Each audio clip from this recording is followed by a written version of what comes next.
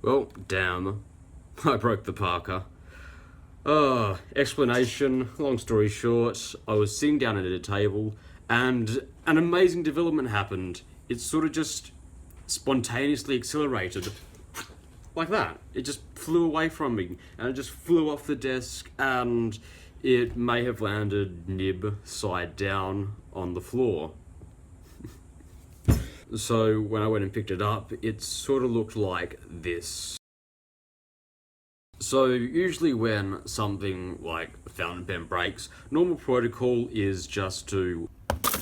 Nah, what you usually do is you set it off to a nibmeister where you pay an exorbitant amount of money and they'll use some instruments to, I guess, bend it back into position, which is expensive, and to my knowledge, I don't think there's any in Australia. If there are, I'm not going to do it because it's expensive. The other option is to just buy a new nib, throw the old one away. So what I've done is I've ordered a fine nib for the Parker, but while I was at it, I figured why not fix it myself. So I went online and the overwhelming response was don't fix it yourself. Yes, I went ahead and did it anyway. So I was pretty much told that you'd need high precision instruments, you need microscopes or something. I used a bit of wood and the back of a penknife. Yeah. So pretty much what happened was I got the bent nib. This is not the nib, but I already fixed it. But just example, I got the nib and just pressed it down on a piece of my desk and sort of just bent it back.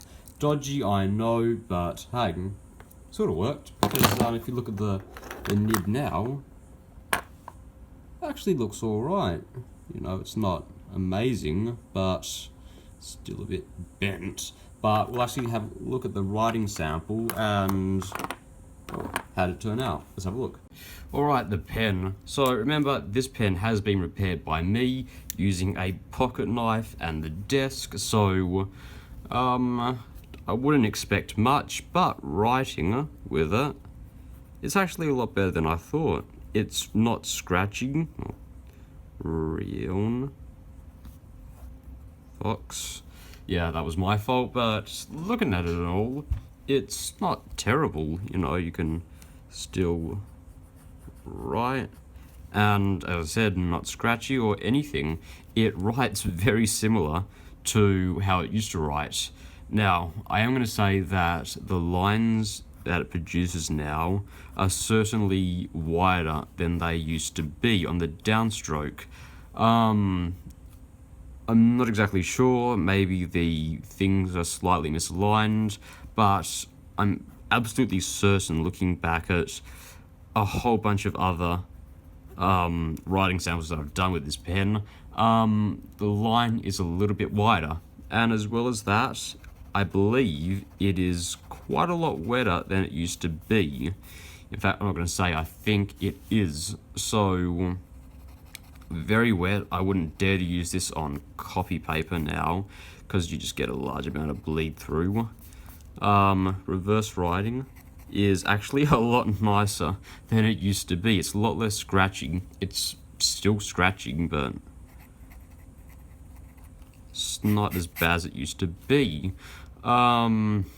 Yeah, so it's not perfect, but it is better.